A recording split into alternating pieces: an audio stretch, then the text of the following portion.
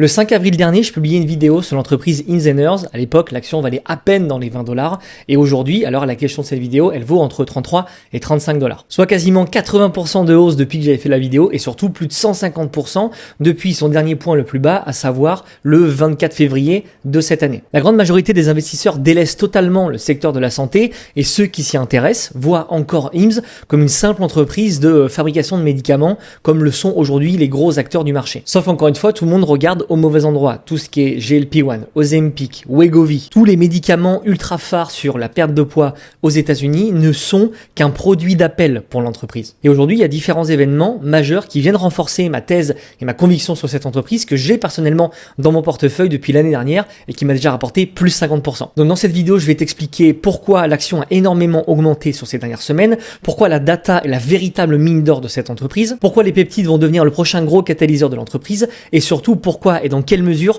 la santé digitale sera pour moi l'un des secteurs qui va connaître le plus gros taux de croissance sur les 3, 4, 5 prochaines années. Et reste bien jusqu'à la fin de la vidéo parce que je vais te partager mon objectif de prix sur cette action et tu vas voir que même si tu l'achètes maintenant, le potentiel de hausse est encore gigantesque. Donc pour comprendre ce qui se passe aujourd'hui, il faut revenir quelques semaines en arrière pour un peu comprendre pourquoi l'action a autant explosé. Entre le mois d'octobre 2025 et février 2026, tous les investisseurs et le marché de manière générale pensaient que l'action était complètement fini. Entre le procès qu'ils avaient avec Novo Nordisk, les complications sur la réglementation, les risques judiciaires et surtout la pression des Big Pharma, l'entreprise entre octobre 2025 et février 2026 a perdu quasiment 80% de sa valeur en seulement 5 mois. Entre guillemets, les investisseurs priçaient déjà le pire scénario sur cette entreprise-là et voyaient déjà le truc continuer à baisser et ça allait mettre des années avant de se relever. Puis du jour au lendemain, tout a changé puisque Novo Nordisk n'est plus devenu l'ennemi de Hims & Hers mais plutôt son allié. En une seule annonce, la plus grande peur du marché avait totalement disparu, le risque judiciaire aussi, et tous les vendeurs à découvert, donc ceux qui priçaient que l'entreprise allait encore baisser, se sont complètement fait surprendre et se sont retrouvés piégés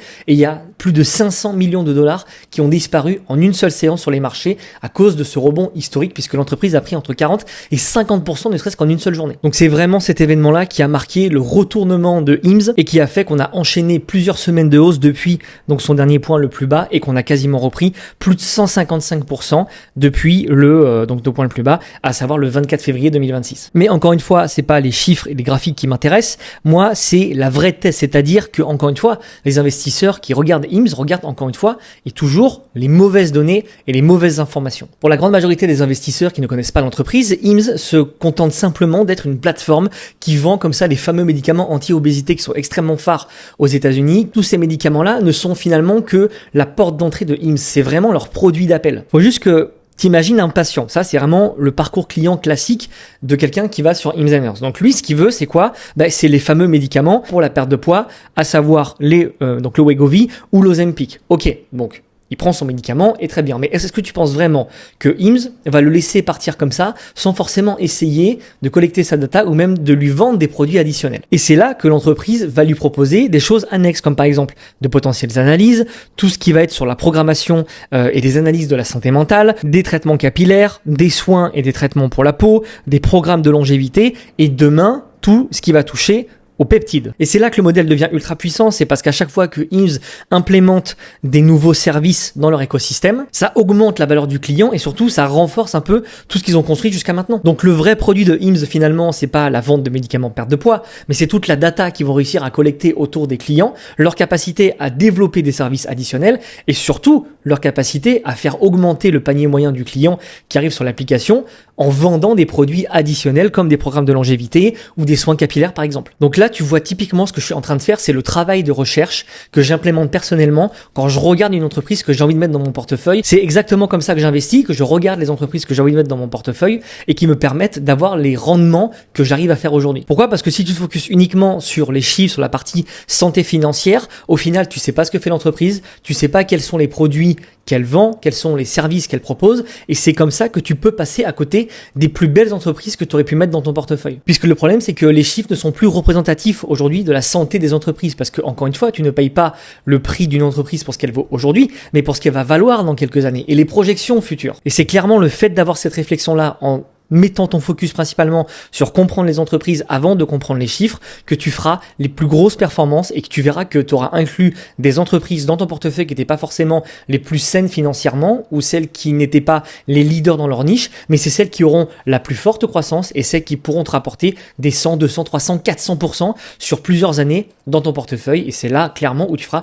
les plus grosses performances que tu n'aurais jamais pu faire. Et si encore une fois tu as l'impression de ne pas y arriver, que tu tournes en rond avec tes investissements, que tu as l'impression de ne pas faire de la performance, qu'à chaque fois tu as toujours un train de retard, que tu n'arrives pas à structurer ton portefeuille, que tu sais pas quand vendre, que tu sais pas quand acheter, en bref, tu investis mais sans forcément savoir ce que tu fais réellement, je te laisse réserver ton appel avec le lien qui est dans la description de cette vidéo. Le but c'est qu'on passe un moment tous les deux, qu'on regarde ton portefeuille, on regarde ce qui a bien marché, ce qui a peut-être moins bien marché, et le but c'est qu'on lève tout de suite tes premières contraintes pour que dès la fin de l'appel tu puisses mettre en place les bonnes choses et que dès les prochaines semaines tu puisses déjà voir les résultats sur ton portefeuille d'investissement. Pour revenir à la vidéo et à IMSS, la vraie bataille aujourd'hui, c'est pas forcément la vente de médicaments, mais c'est la data, c'est la donnée, leur capacité à collecter les données, eux, de leur clientèle. Et pourquoi la data aujourd'hui, c'est l'un des trucs les plus précieux au monde. Regarde les plus grosses entreprises aujourd'hui, comment elles fonctionnent. Google, eux, ils ont l'avantage sur les données de navigation. Meta, ils ont nos données sociales, grâce aux réseaux sociaux bien évidemment.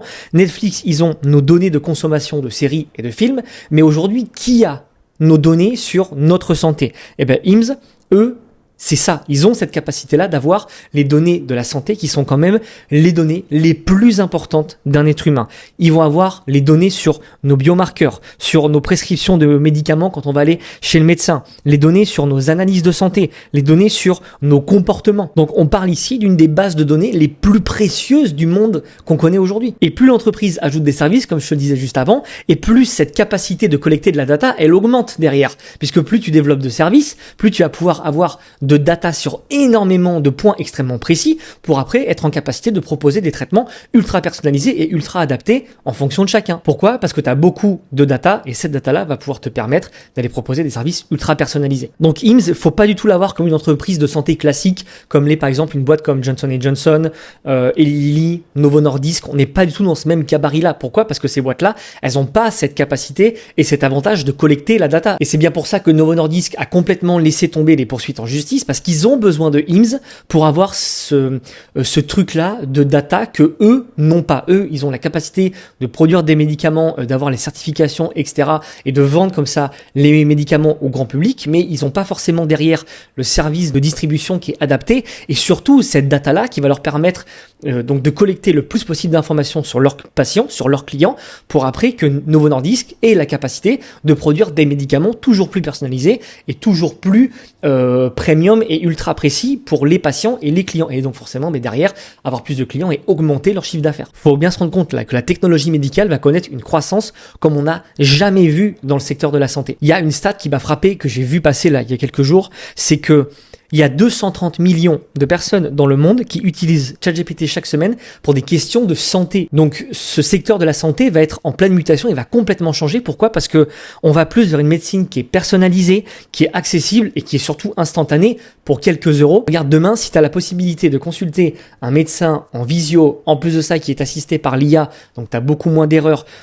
Tu as le traitement qui est directement proposé par l'IA par rapport à la donnée qu'elle a collectée sur toi. Et en plus de ça, tu reçois tes médicaments chez toi sans que tu aies eu besoin de sortir de chez toi, de te taper les bouchons, d'attendre 25 minutes dans une salle d'attente bourrée de gens malades pour 7 minutes de consultation, pour après partir à la pharmacie, pour aller chercher tes médicaments, etc.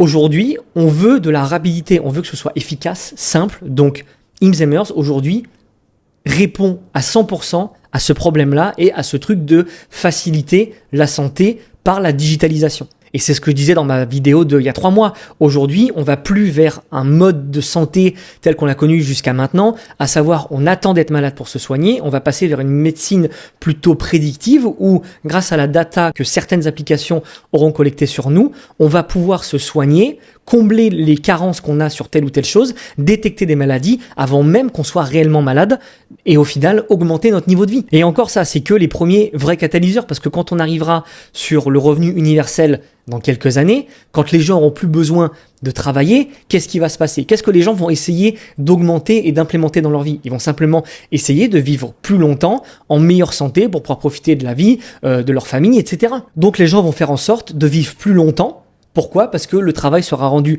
obsolète et même plus obligatoire, optionnel, grâce à l'IA, à la robotique, etc. Donc en gros, vu que les gens vont chercher à potentiellement vivre plus longtemps en meilleure santé, mais c'est là que des acteurs comme IMSS par exemple vont pouvoir largement tirer profit de tout ça et en profiter grâce à leur business model. Et le prochain vrai gros catalyseur pour moi dans le secteur de la santé digitale, c'est clairement celui des peptides qui est pour moi le vrai prochain gros moteur de croissance sur la santé digitale. D'ailleurs, petite parenthèse, mais je parle tout le temps dans mes vidéos de catalyseur, mais tu dois sûrement te demander, Andrea, c'est quoi réellement un catalyseur? À quoi ça sert? C'est ça par exemple, c'est un événement qui va faire basculer du bon ou du mauvais côté une action ou tout un écosystème et une thématique tout entière. Donc si tu apprends à repérer les bons catalyseurs et à définir ceux qui auront le plus de poids sur une thématique ou un secteur, c'est comme ça que tu vas savoir si tu vas mettre oui ou non une certaine thématique ou une entreprise spécifique dans ton portefeuille, puisque tu sais que derrière, elle va capter énormément de performance et de croissance grâce à ces 2-3 petits trucs qui se sont implémentés sur le marché et qui vont faire que le cours derrière va exploser. Et bien comprendre ce truc de catalyseur, c'est ce qui va aussi te permettre de résoudre ton plus gros problème aujourd'hui,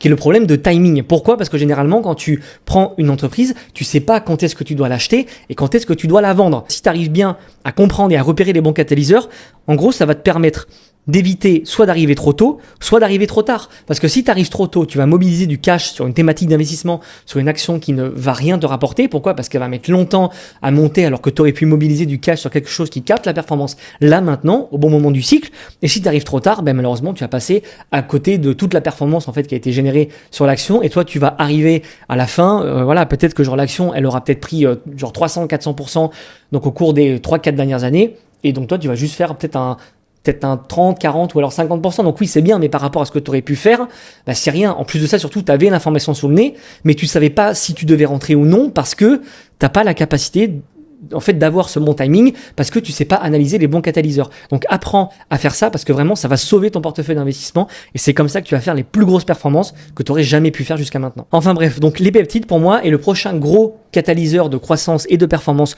pour l'entreprise IMSS, mais aussi pour le secteur de la santé de manière générale. Encore une fois, si tu veux réellement savoir ce que c'est un peptide, je t'invite à regarder la vidéo précédente que j'ai fait il y a 3 mois dessus, puisque j'explique exactement ce que c'est. Je vais pas rentrer en détail dans cette vidéo. Donc, c'est un catalyseur. Pourquoi? Parce que la FDA, donc l'agence aux États-Unis qui s'occupe de réguler toute la partie santé, les médicaments, les process, les soins, etc., doivent se prononcer très prochainement. Là, je crois que c'est là dans les prochains jours ou dans les prochaines semaines pour statuer sur une réglementation plus ou moins favorable pour les peptides. Parce qu'il faut savoir qu'aux États-Unis ou même dans beaucoup de régions du monde où les gens prennent vraiment soin d'eux, sont très actifs, etc., les peptides sont extrêmement plébiscités et extrêmement utilisés. Mais le problème, c'est vu que c'est pas régulé, il y a plein de gens aussi qui peuvent prendre beaucoup de merde et c'est pour ça que la FDA, je pense, a plutôt intérêt à réguler ça de manière favorable plutôt que de continuer à interdire tous ces trucs-là jusqu'à temps qu'ils trouvent le bon process. C'est un manque d'argent qui est énorme pour eux. Les Américains surfent beaucoup sur cette hype-là. Donc je pense que les laboratoires, les grandes big pharma vont quand même mettre aussi pas mal la pression sur l'organisme pour essayer quand même de réguler ça et que ça se passe plutôt bien et que ce soit hyper favorable. Pourquoi? Parce que derrière, le marché adressable est juste énorme. Et ce qui est super intéressant avec IMSS et les peptides, c'est que eux, ils ont déjà une plateforme en fait de télésanté qui est ultra opérationnelle. Donc ils vont eux avoir la capacité de les proposer directement sur leur site. Ils ont une base de clients, une base de données qui est absolument gigantesque.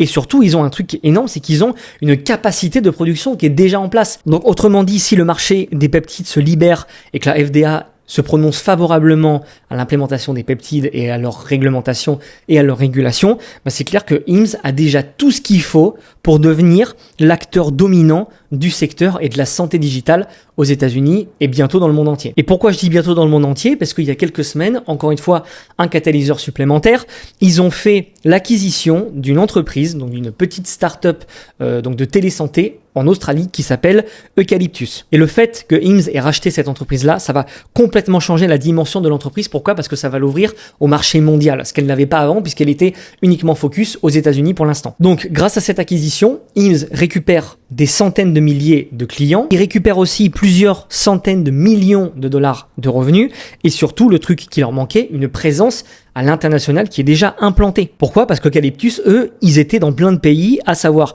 l'Australie, le Royaume-Uni, l'Allemagne, le Canada ou encore le Japon. Donc ce qui va permettre à IMSS de continuer à s'imposer comme la référence et comme le leader mondial de la santé connectée à travers le monde. Donc moi, la vraie question que je me pose, c'est est-ce que IMSS est capable de reproduire le modèle américain qu'elle avait jusqu'à maintenant à l'échelle internationale? Et si la réponse est oui, je te garantis que le marché qui est adressable derrière est absolument gigantesque. Donc c'est là où c'est marrant, c'est que encore une fois, les gens sont complètement à côté de la plaque. Le marché voit encore IMSS comme une entreprise de simples médicaments et de simples plateformes de télésanté, alors que c'est bien plus que ça. Et les gens ne voient pas encore la plateforme de télésanté qui est scalable, le collecteur de data santé qui est absolument redoutable et qui est hors norme, une expansion à l'international, notamment avec le rachat d'Eucalyptus, les prochains catalyseurs comme notamment les peptides qui vont être le catalyseur majeur et qui va faire que l'entreprise pourrait largement exploser, et surtout que même le management de IMSS prévoit quand même un objectif de chiffre d'affaires de 6,5 milliards d'ici 2030. Donc c'est quand même demain. Aujourd'hui, on est aux alentours de 2,8 à 3 milliards. Donc c'est-à-dire qu'on risque de doubler, voire de plus que doubler en seulement 4 ans, ce qui est littéralement gigantesque. Une boîte entre guillemets aussi jeune va réussir à doubler son chiffre d'affaires en seulement quelques années. Donc si IMSS arrive à devenir la plateforme de télésanté référence dans le monde, et ben malgré la hausse de 150% qu'on a eu là sur ces dernières semaines, l'histoire ne fait que commencer. Si t'es resté jusqu'à la fin, t'inquiète pas, je t'ai pas oublié, j'avais dit en intro que j'allais te donner mes prix et mes objectifs de cours sur l'action, et c'est exactement ce que je vais te donner tout de suite. Donc personnellement, mon scénario central se câble autour des 100 à 150 dollars sur les 2 à 3 prochaines années. Ce qui représenterait encore un x3 ou un x4, même après l'augmentation qu'on a eue, et même si tu l'achetais maintenant à 35 dollars. Attention, encore une fois, c'est pas ce que je suis en train de dire, j'ai pas de boule de cristal, je sais pas si ça va se faire à 100%, mais si derrière IMSS atteint ses objectifs de cours, que la FDA assouplit peut-être un peu la réglementation sur les peptides,